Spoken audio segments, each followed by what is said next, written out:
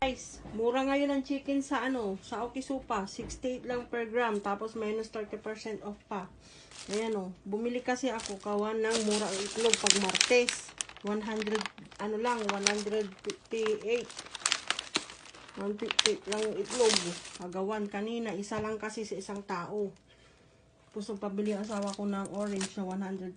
Yung niya, yung maasim siya. Tapos babaunin yung tinapay bukas.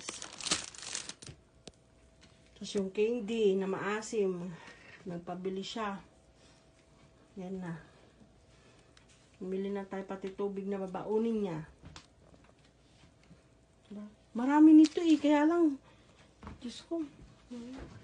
Meron pa namang naman yung namin. Kaya hindi na ako bumili. Ito nga yung mga baboy na nabili ko sa Vietnam.